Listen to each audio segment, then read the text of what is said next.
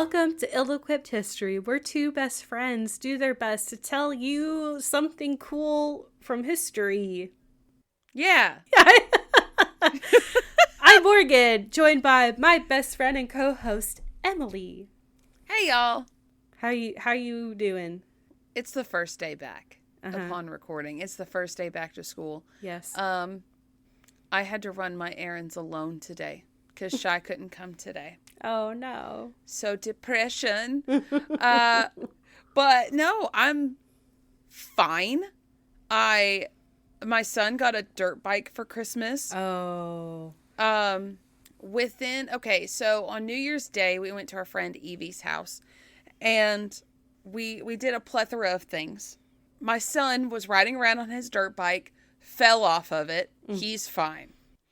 Then we went and shot guns in the field in the back, as you do.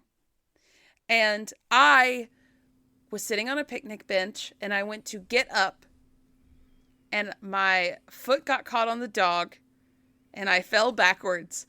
But I knocked my very pregnant sister-in-law off the bench, too. Oh, no. Is she okay? Yeah. We fell for 4 days. It was like 2 feet off the ground. It was the slowest, most dramatic slow-mo fall ever. And we laid there, and I was like, "Are you okay?" She's like, "Yeah, I'm fine." I'm like, "Okay, thank God." I also knocked my daughter off the picnic bench, but she's fine. She's made like of rubber. Rubber, yeah.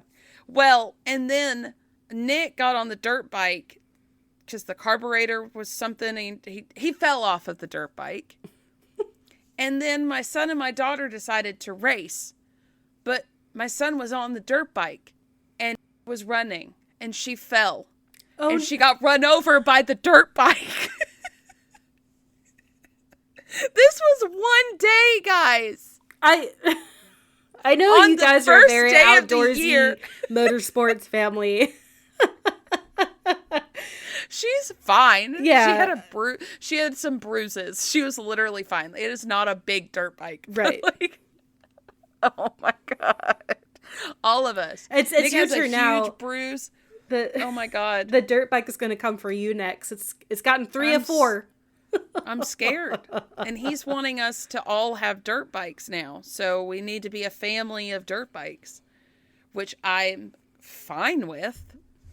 But our medical insurance is going to be screaming at us. We couldn't stand upright if we wanted to.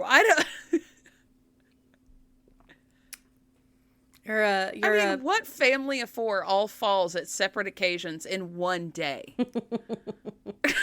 Your family. And I took a pregnant lady with me. If I fall, you're coming down with me. Yeah. Sorry, Rowan. My bad. Didn't mean to shake you up in there. Yeah, it was the first day back for kids, for us as well, and it was good seeing all the kids, and they're still in like their post-Christmas glow.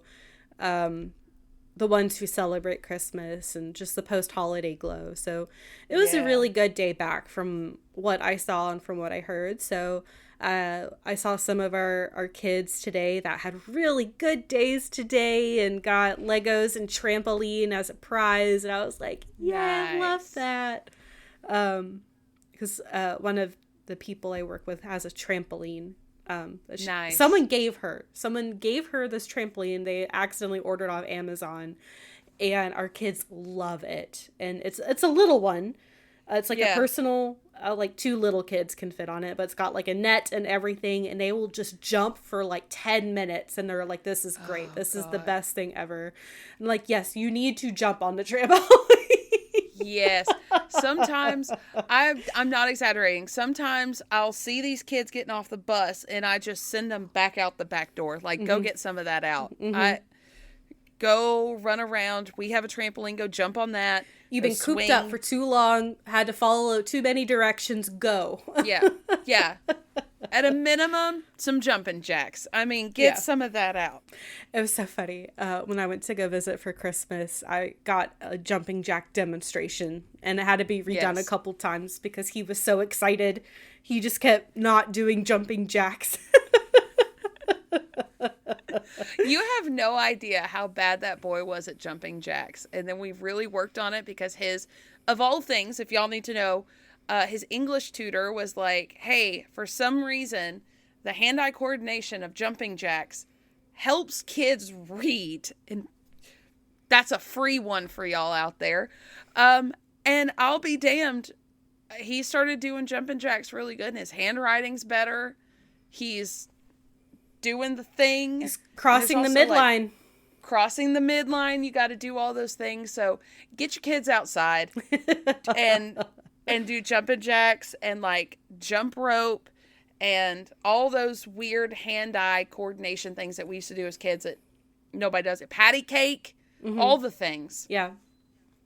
Go do it. It'll help their reading. Yeah. I'm not going to get on my soapbox, but there's a lot of concerns about handwriting for children, but like, what are they doing? They're sitting on their iPads or playing their games. They're not engaging in this physical activity. So I agree.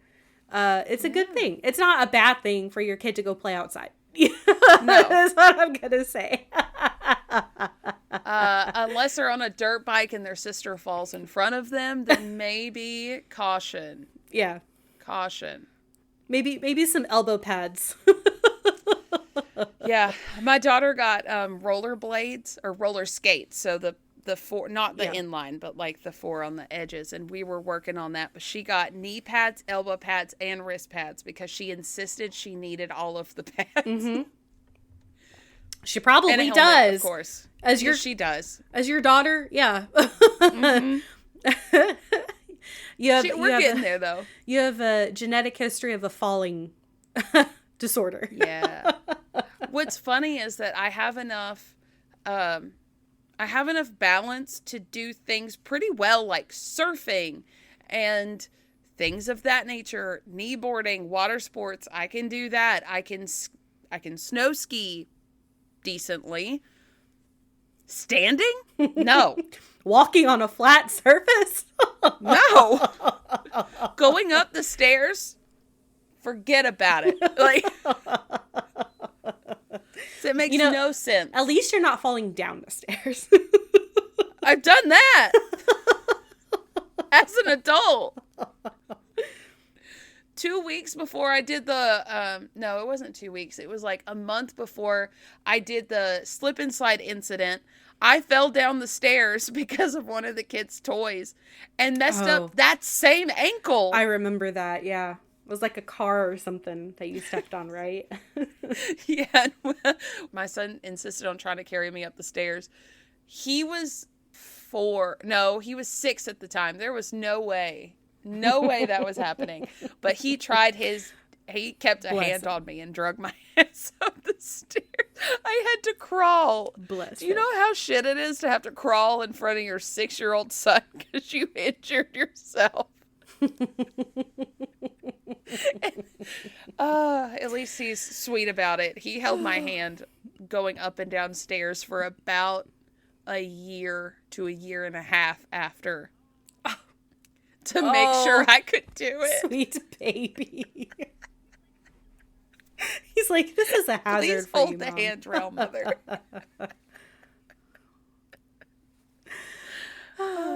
Well, I don't really have a way for us to segue in our topic today. Unlike last time I had an episode, we were talking about falling and we could transition into Mount Everest. There's no transition, I guess, unless, well, no, there's no transition. So let's just get into our skit for today. Let's do it. The year is 1911 in a small southern town. A young black homemaker is tidying her home when she hears a knock on the door. She opens the door and sees another young black woman with a briefcase. Well, good morning. How are you? I'm all right. How are you? I'm great. Say, how's your hair? My hair? Yes. Having problems? I have just what you need for all your hair care needs. Well, I could use some help. Great. Let me show you all my products. The saleswoman pulls out a tin of Madame Walker's wonderful hair grower and begins showing her client the steps to properly care for her hair. The happy customer is given a whole set, including oils, balms, shampoos, and a hot comb to help with styling and hair growth. Madame C.J. Walker is considered America's first female millionaire and is truly a self-made woman. She started in complete poverty and was able to utilize her wit and charisma to start a beauty empire that would last decades. Okay. Hell yeah, Miss Walker. Hell yeah, Miss Walker. Okay, I have never heard of this lady. I have, because she was featured on an episode of Drunk History. Ah. So my little preface, there will be some things I will say that utilize the language of the time. Okay. So just so you all know, we're going to be talking about the late 1800s, early 1900s, and just the way that they said things and described people of color at the time is different than we do now. So I just want you all to be aware. Yes. So Madam C.J. Walker's actual name is Sara Breedlove. She was born on December 23rd, 1867 in Delta, Louisiana. She was one of 6 children. Her parents were Owen and Minerva Anderson Breedlove. They had been formerly enslaved. Okay. Her parents had. She was actually the first child in her family born after the Emancipation Proclamation. Wow. Yes. So she was the first born free in her family. And she was actually born on the cotton plantation that her parents had been enslaved on and were now sharecroppers of. Okay. There's not a lot of information about her early life. The only thing that was really confirmed is that when she was very young, her mother died in 1874 and her father died in 1875. But I couldn't find any record of how they had passed away. But by 7 years old, she was orphaned. Oh. So she went to go live with her older sister, Luvenia. In 1877, they moved to Vicksburg, Mississippi, and Sara picked cotton, likely worked doing other household tasks. Luvenia was married, and I couldn't find details, but apparently Sara's brother-in-law, Luvenia's husband, mistreated her. Ah. I've seen he was abusive. I've seen he was just a jerk. You know, like, I don't know details.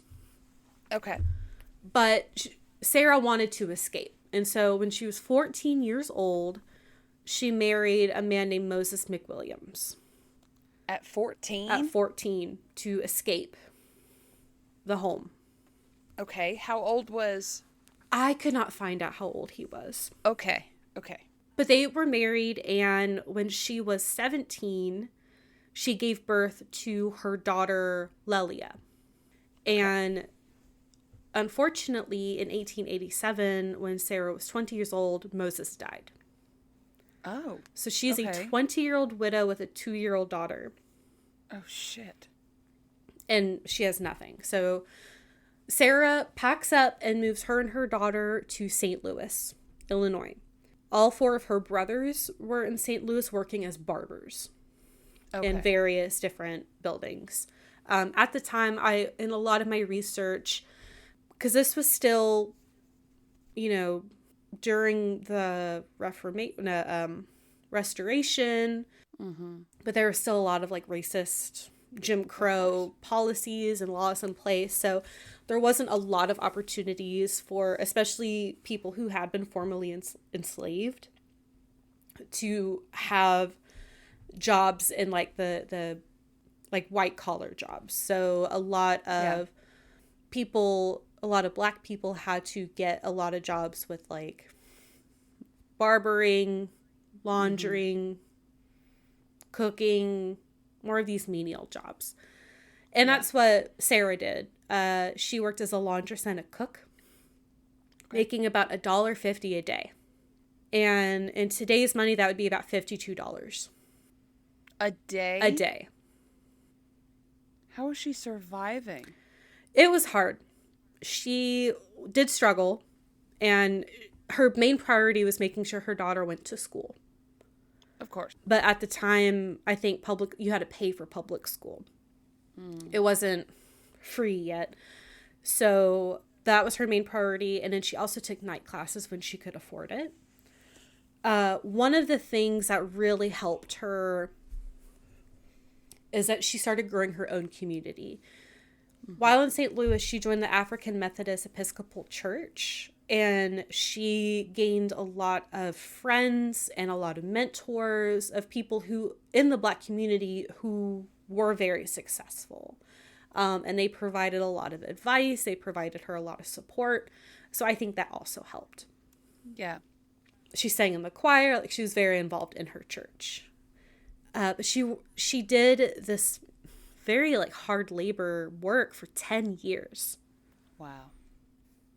And in 1894, she married a man named John Davis, but they divorced within like the next year or two. He was unfaithful. So that marriage did not last very long. And now in my different sources, they called him different names. Like one called him like a cur, and one called him like a no ne'er-do-well or something like that. But he was unfaithful to her. So she was like, I'm not going to deal with that. So Sara, like, despite her support network with the church, and she also made friends and had mentors with the National Association of Colored Women organization in St. Louis, she was still struggling. She had very little money. She was physically exhausted from her work, and she started losing her hair. Oh. At the time, especially with very, very curly hair, there wasn't adequate running water. So a lot of people did not have access to, bathe properly or often. And then, especially with Black women, they weren't washing their hair as often. And that was causing like scalp issues, scalp diseases, sometimes infections, and they would lose their hair. And Sara, for a long time, had worn, which was custom at the time, especially in the South, was to wear a head wrap. But as she was making friends with these women who were high class, had money to their name, it was seen as if you wore a head wrap, it was an indicator you were poor.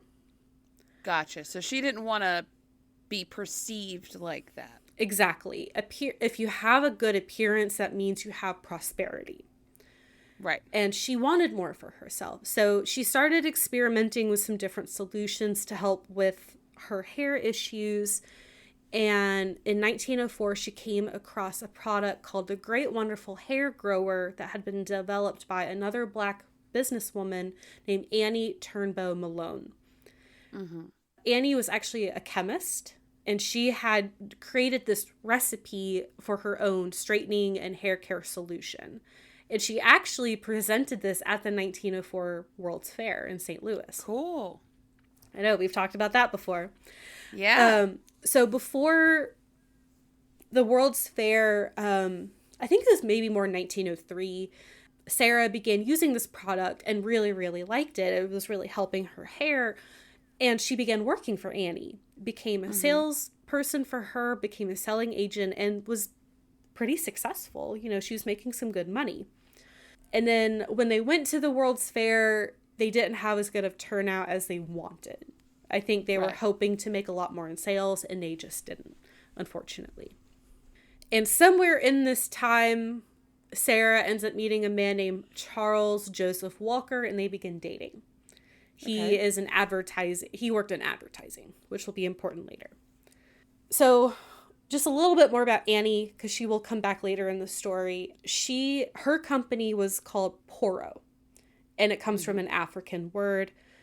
She created this whole company for hair care and beauty products called Poro, and she would actually go on to open the Poro College in St. Louis, which is the first Black cosmetology school in the United States. So Annie is her own, she's doing the damn thing. So back to Sara.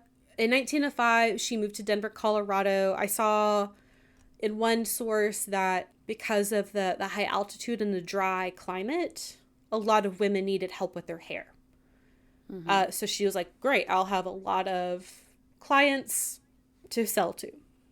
And I didn't see how this happened, but while in Denver, she ended up becoming a cook for a pharmacist named Edmund L. Schultz.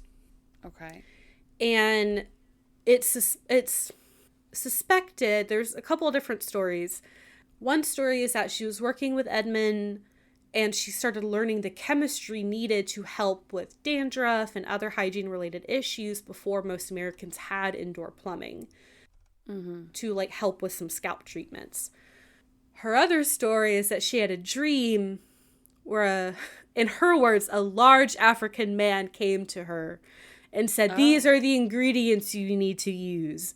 And she just put it all together and created her recipe, and it was great.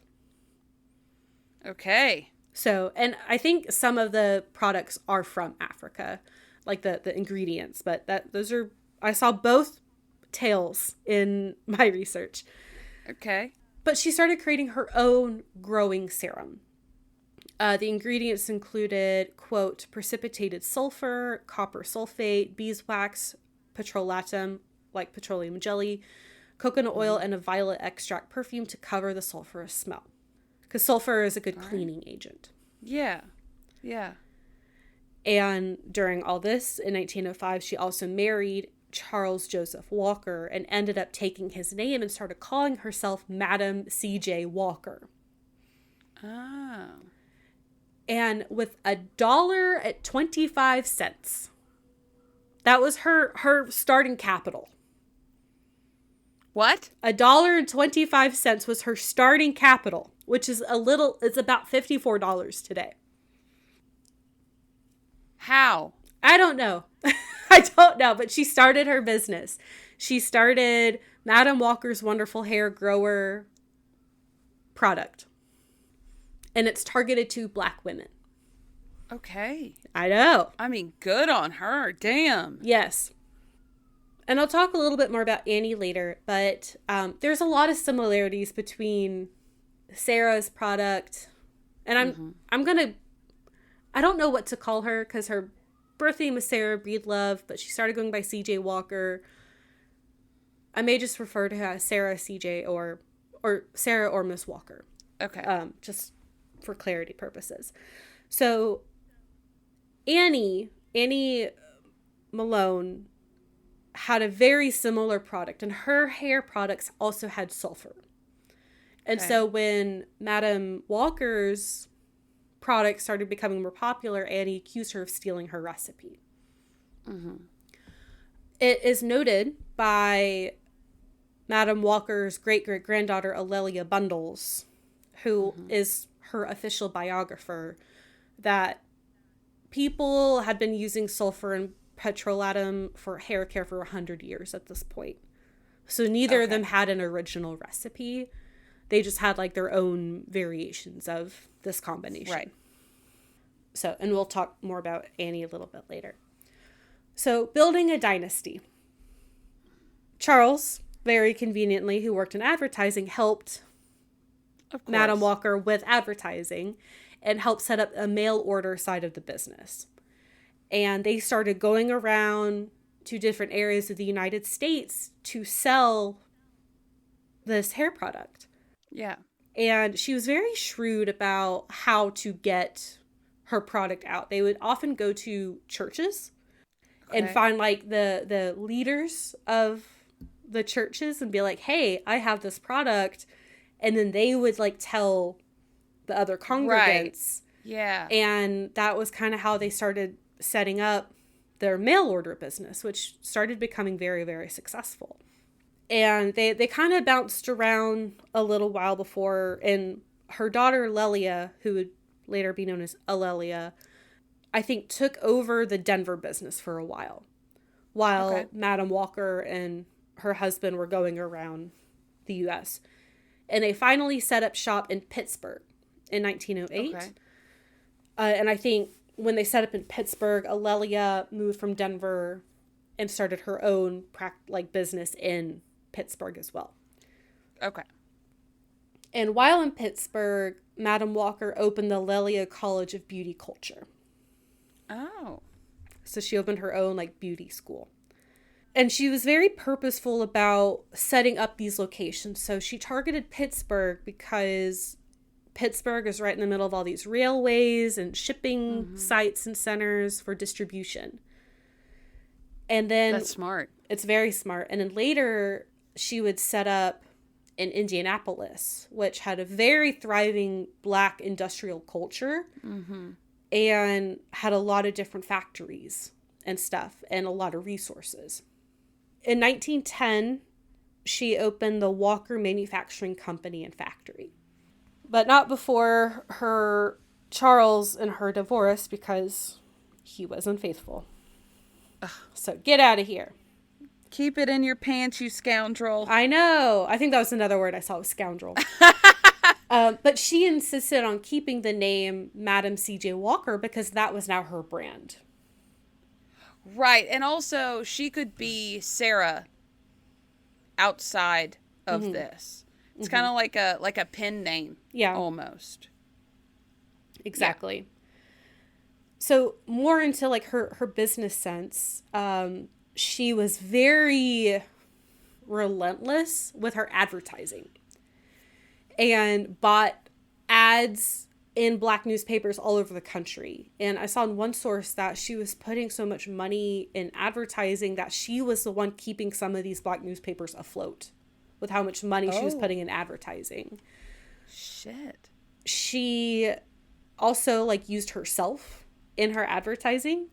Yeah. So if you see on one of the tins, there's a woman's face. That's her. Okay. Cool. And that was, she's like, I am the face of this. I am the face of this. So when she moved to Indianapolis, which was considered the crossroads of America, she started opening training programs for sales agents and started training them on what she called the Walker system of hair care. So that included the, quote, hair grower, oil, which I think is likely an oil called glossine, and hot combs for straightening and to promote hair growth. And her sales agents made really good money on commissions. They did not want for anything. And I did see this because I think she's attributed with inventing the hot comb. She did not. It was invented by Marcel Gratteau in the 1870s. It was on Sears and Bloomingdale's catalogs in the 1880s. But when she took the design and changed it a little bit to make the teeth a little bit wider. So she tweaked it. She tweaked it, but it was very, very successful. And I think that's why some people think she invented it because her version of it was so successful. She also treated her employees very, very well. I don't think they were in a union, but they had their own clubs and associations, and they were very well compensated. She provided a lot of training opportunities. She took care of them, and she was very conscious to employ members of the Black community because she wanted to give them access and opportunities. She employed 40,000 Black men and women in the United States, Central America, and the Caribbean. I'm sorry, did you say 40,000? 40,000. What the fuck? And in 1917, she founded the National Negro Cosmetics Manufacturers Association. Cool. I know. She's just... Oh my God. She's just doing the damn thing. So there's some debate on whether she was the first self-made female millionaire. Okay. In her own words, she was never a millionaire, but I do think her assets, I don't think she had $1 million on liquid cash, but I do think all of her assets added up to $1 million, but I don't think she counted that. And actually 2 years before her death, she was like, I'm not a millionaire. And other historians think Annie Turnbow Malone may have been the first self-made female millionaire. But no one can really know for sure. Right. Well, I mean, you can't have 40,000 employees across multiple countries and not have a stack of cash. Right. It's not, they weren't They were well off, guys. Yes. They were fine. Yes, she was very well off. She was very successful. And I'll talk about it a little bit later, but she also put back a lot of money into her community as well. Right. And so it may have been from her philanthropy that she could never be a millionaire too.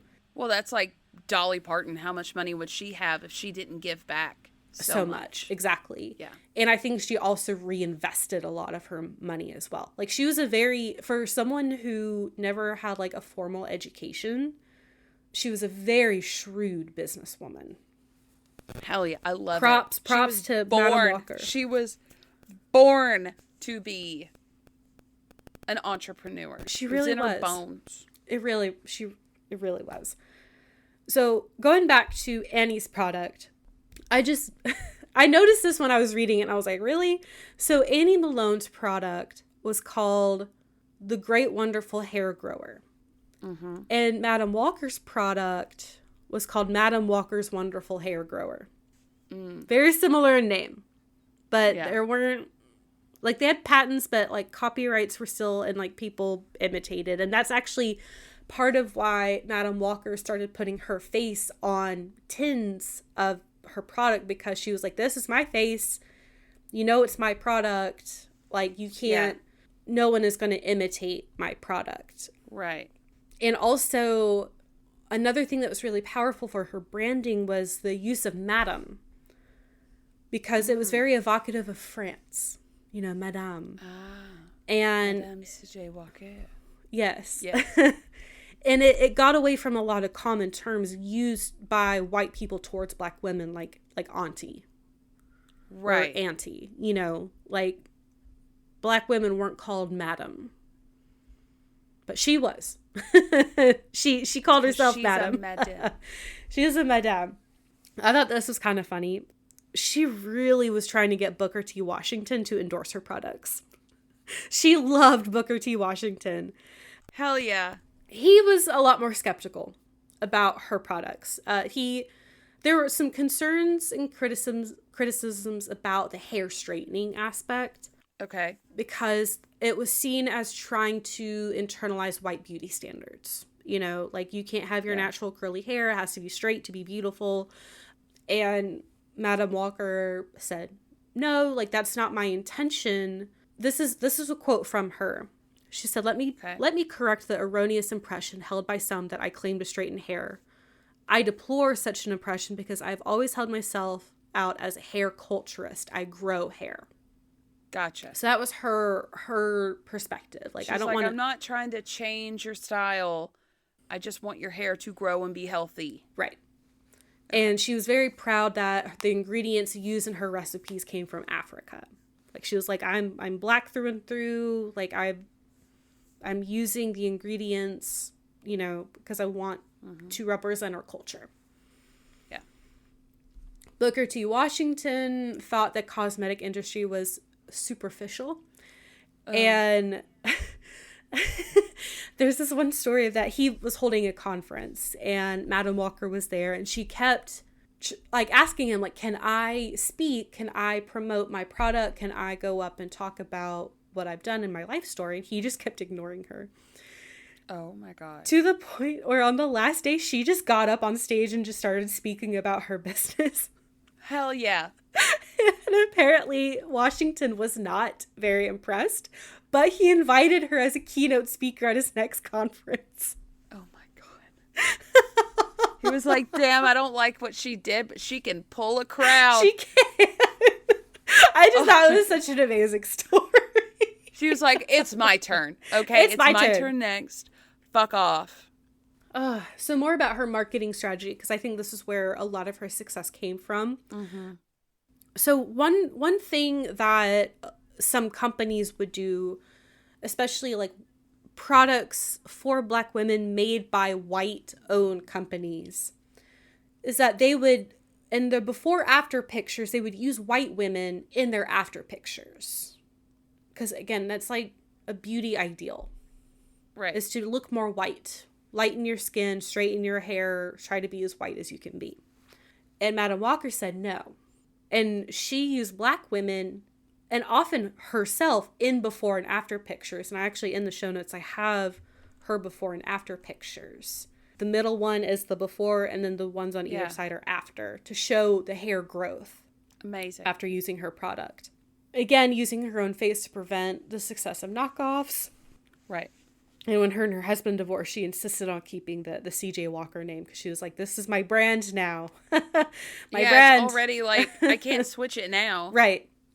So in the last year of her life, sales for the company exceeded $500,000, which today is over $9.3 million. Holy shit. Holy shit, that's a lot. Yes.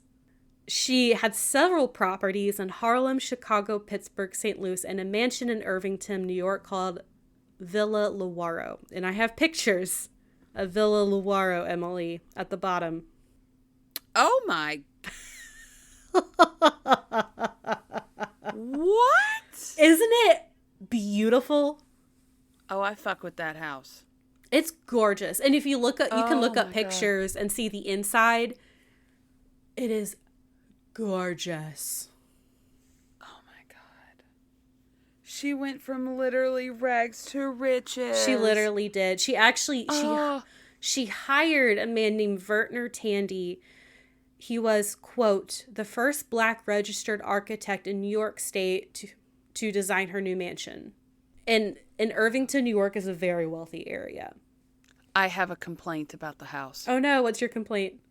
Very top two middle dormers. The left roof on the dormer and the right roof of the two dormers are different. The house looks like it's winking. A little bit, yeah.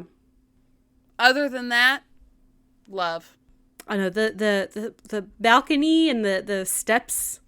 It's very. God. And the lion mosaic. I know. With the pool fountain thing at the bottom.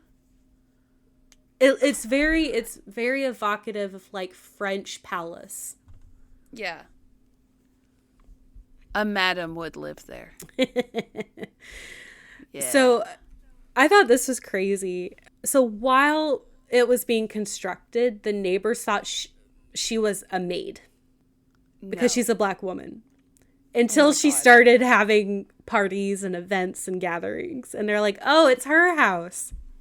Oh, shit. I know. Y'all, get with it. I know. So the house was finished in 1918. The mansion was finished in 1918. Okay. And by 1919, Madam Walker had 25,000 active sales agents. Oh, my God. So now I'm going to talk about her. A very important part of her story is that Madam Walker was a advocate and philanthropist. So I want to talk about her work there. Yeah. So she and her daughter Alelia loved the arts and music, including, quote, opera, classical, ragtime, and blues. And she was a major patron of the arts. Was just throwing money at Black artists, musicians, really supported it. She was a major contributor to the YWCA and the YMCA. She donated, they were building a new YMCA in New York, or maybe St. Louis. And she donated $1,000 to its construction, which today is about $18,000. Wow. And I think she was one of the highest private donations. Like, not like a company donating it, but like her personally donating the money. She covered tuition for 6 Black students to go to Tuskegee Institute. And she donated $5,000, which is about $93,000 today, to the NAACP to help with anti-lynching efforts. Wow. I know. She started a lawsuit in 1915 to protest discrimination at a theater in Indianapolis. She helped fund scholarships. She funded boarding schools, orphanages, retirement homes. She donated to preserve Frederick Douglass's home in Washington, D.C. She participated at the Negro Silent Protest Parade and visited the White House in 1917, to protest. A lot of it was, she was very vocal for the rights of African American soldiers who fought in World War I, because there was a lot of discrimination, and Eisenhower had put in some discriminatory practices, and she was very outspoken against those. She spent a lot of time traveling. She went all over the US. She went to Central America. She went to the Caribbean and like Jamaica and Haiti and like all those places in the Caribbean. She just did not stop. It wasn't until like the 1915 she started to slow down a little bit, and she bought, I think, the place in Harlem to spend more time with and be closer to Alelia.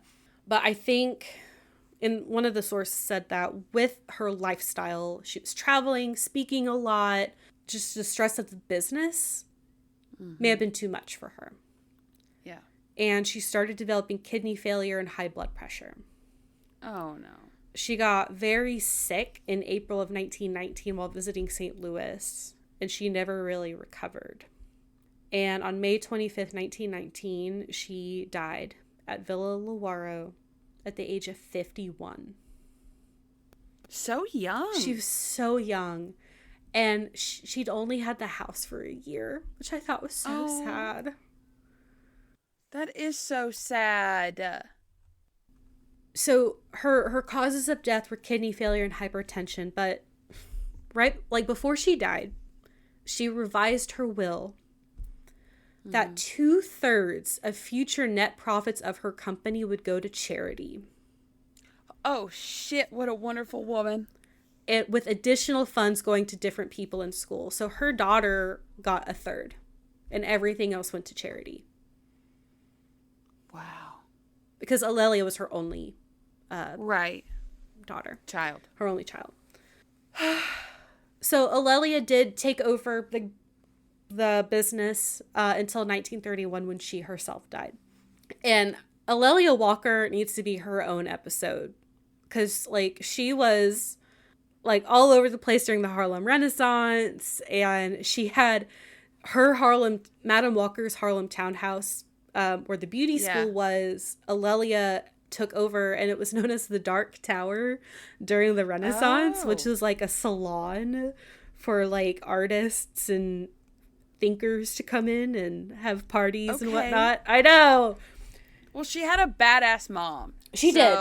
She also was friends with Langston Hughes, who called her an awesome person, and he even wrote a poem for her after she died. Oh my God. I know. So we need to talk about Alelia at a future date for sure. Yeah. Some more about Madame Walker's legacy. She had bought some property in Indianapolis before her death that later became the Madame Walker Theater Center in 1927. Mm-hmm. The Madame C.J. Walker Manufacturing Company did cease operations in 1981. But damn. I know. And I was trying to find why, and I think it was just things going on with the market. And they, at some point, they had started getting into skin lightening treatments and trying to branch out into other cosmetics. But I think with just the market, sales weren't as good, and they had to close doors. But in 2013, Sundial Brands purchased Madame C.J. Walker Enterprises, and with Madame Walker's great-great-granddaughter Alelia Bundle's approval, launched Madame C.J. Walker Beauty Culture with hair care products sold at Sephora. And actually, let me check something. Well, the branding is beautiful now. Oh, I see it. Yeah. So it's still being made. It's still being produced. Amazing. Had a couple years between, but... Yeah. And the Sundial co-founder, Richelieu Dennis, I hope I said that right, purchased Villa Lewaro in 2018 with the hopes of making it a think tank for Black entrepreneurs. I don't know if anything has come of that, especially with the pandemic in 2020. I tried to look it up, and I couldn't really find anything or who currently owns it. But that was the hope in 2018. Madame Walker was inducted in the National Women's Hall of Fame in 1993, and she got a stamp in 1998. And I think a lot of that came with advocacy from Alelia Bundles, because in one of her... I was reading a few of her websites and articles she had written, and it sounded like she had a campaign that got a lot of signatures for a stamp to be made commemorating Madame Walker. Cool. Villa Lewaro is a National Historic Landmark and belongs to the National Trust for Historic Preservation. And I think it's on the NPS website. I think I was looking up some stuff about it there. So like I said, Alelia Bundles is Madam Walker's great-great-granddaughter, and she is her official biographer. And in 2001, Bundles wrote On Her Own Ground, The Life and Times of Madam C.J. Walker, which was very successful. Yeah. And Alelia would also publish a biography about Alelia Walker called The Joy Goddess of Harlem, which I want to read both of those. There was also a collaboration with Bundles to make a Barbie true to Sara Breedlove, Madam Walker, including her hairstyle and outfit with her favorite colors, purple and turquoise. Look at that Barbie. Isn't it so cute? Oh, with her little hair thing. I know, her little tin. So cute. And I think that the article, it was an NPR article from 2022. So it's pretty recent, but Mattel was having this like women in industry or powerful women series or something like that. And she was one of them. And in 2020, a show called Self-Made, starring Octavia Spencer, based on Madam Walker's biography, was published or released on Netflix. Wow. So I'm going to spend the last part of this episode talking about the show. I haven't seen it. Disclaimer, I have not seen it. It's a 4-part like mini series. And I got a few different input, most of which came from Alelia Bundles herself. She wrote a whole article about it because it was based on her book about her great-great-grandmother. So there are some issues and concerns with the show. The biggest one of which is the portrayal of Annie Malone's character, who is named Addie Monroe. And in real life, Annie Malone was her own, like she was an entrepreneur. She was also a philanthropist. She was a very successful businesswoman. And she, called Madam Walker out on copying her recipe. I think there was another event where Madam Walker was like speaking at some kind of convention and Annie walked out. But they never had any kind of like serious verbal altercation in the sources I read. They were respectful of each other, but clearly Annie had issues with Madam Walker's, copied her name, copied her recipe. Like, I get it. So Addie Monroe is like a cartoonishly evil, conniving villain in the show. And there was a lot of issue being made, and I do not have an opinion because I am a white person, but there's issues about colorism in the show. And in real life, Annie and Madam Walker were very similar complexion. But in the show, Addie Monroe is a very light-skinned woman. And Mike Hale for the New York Times said this, quote, "Apparently the laws of melodrama require that in order to raise up and finally tell the story of one black woman, another had to be put down." That's literally what I was thinking. Yeah. I was like, you don't have to tear down another woman just to tell the success of another one. Right. And like they can both be successful, and they were. Right. Exactly. And the fact that they had to make one of the women light-skinned was just, it rubbed a lot of people the wrong way. And it brought up a lot of conversations about colorism. There was also a Time magazine article about it, and this author's notes were there was very little focus on Sarah Walker's early life. Said Sarah Walker, I guess that was technically her name, but like it focuses on like the last decade of her life, and her early life is just in like flashbacks in the first episode. When that's a lot of her story, like where she grew up, where she came from, her life in St. Louis. It also said there was bad dialogue, and like it was anachronistic, and a lot of use of how do I say this? Like they use language towards each other that I think is common today, of like how members of the Black community communicate with each other. That's anachronistic for early 1900s. Yeah, the verbiage is too modern. Right. Exactly. That pisses me off. Like when you're reading let's just say a book where there's like horse-drawn buggies and they're like, bruh, what are you doing? That doesn't match. It has to pulls you match. out of the story. Yeah. And there's a lot of like foul language and curse words and slurs that are used that they wouldn't shout at each other in the street, but two, like, just wouldn't be used at the time. It's unnecessary too. There's also a concern that Tiffany Haddish, who portrays Lelia, is only 7 years younger than Octavia Spencer. Oh. So this New York Times reviewer thought that was a little weird. Like, they're supposed to be mother and daughter, and there's only a 7-year age gap. Whatever. Yeah, that's odd. And I think she also disagreed. I haven't seen it. She had questions about the casting as well. So Bundles, Alelia Bundles, actually wrote up her own thoughts about it. She had a lot of positives. Like, she thought that having an all-black writing team was really great, like all-black production. Like, she loved the crew. She liked the members of the cast. She liked some of the attention to detail that the show had. Mm-hmm. But when the show was released, she started getting called out about how she could allow the storyline to happen. Like, how could the great-great-granddaughter of Madam Walker let this happen? And she said, listen, I tried. She was not very happy with the way that the story went. She very much disagreed with the portrayal of Annie. And she really fought to get that removed. But she said that her contract said that she had review rights, but not approval rights to the script. Oh, well then what's even the point if you're not going to change anything? Well, it was just in the contract. And I think maybe she thought that, and I think maybe a lot of people think that it'll be more true to the source, and then executives come in and they're like, I'm going to change everything.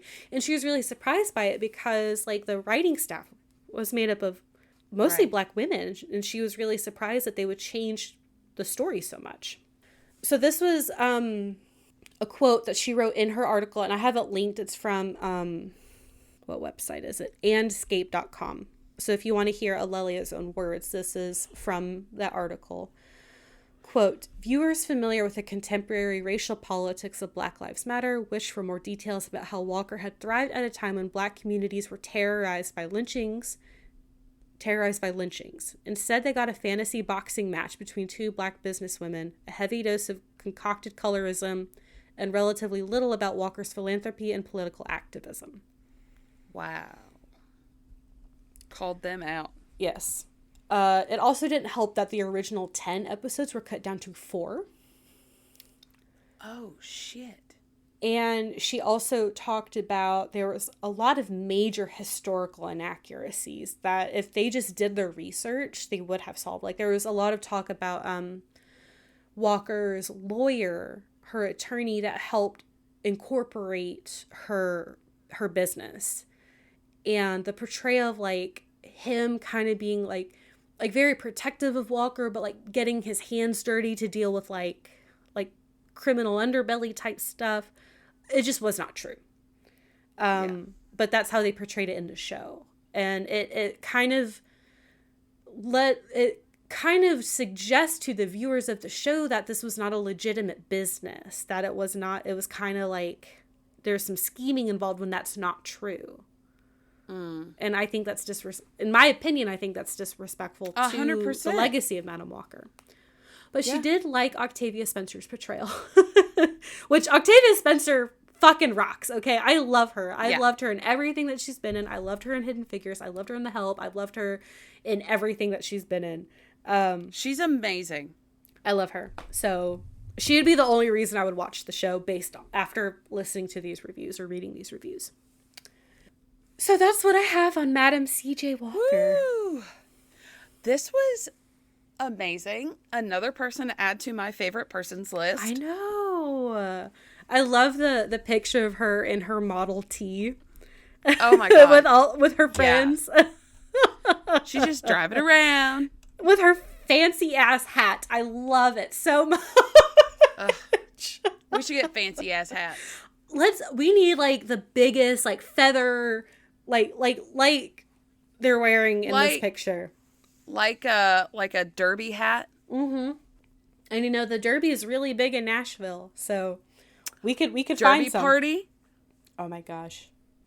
We don't even have to watch it. It doesn't even have to be on the day of. I just want to dress up. I do too. My mom actually gave me one of her old Derby hats I now use as a sun hat. I love it. She just took off like the decoration. She was like, here, I will never wear this again. I love that. Well, this was amazing. Thank you. You're so welcome. Yay. I'm glad you got the opportunity to learn about Madam Walker because she fucking rocks. Blessed by Madam Walker. Blessed by her. Socials. All right. Socials. You can find us on Facebook. Ill-Equipped History podcast group and page. Sorry, my brain just blue screened for a second. Well, it is late. TikTok. At Ill-Equipped History. Gmail. At ill-equippedhistory@gmail.com.